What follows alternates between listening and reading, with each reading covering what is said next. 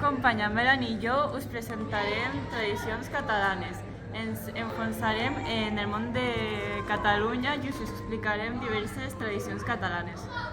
Alguna vegada heu anat a Catalunya i heu vist torres humanes? Doncs això se'n diu castellers, una tradició catalana molt impressionant. Molt bé, Melanie. Alguna vegada heu sentit el nom de sardanes? Doncs és un ball tradicional a Catalunya on la gent es posa enrotllana per ballar. Sabíeu que a Catalunya no es celebra el Pare Noel? Es celebra el Tió, una tradició catalana on els nens li peguen a un tronc per rebre regals. Moltes gràcies per la vostra atenció i esperem que hagueu après molt sobre les tradicions catalanes.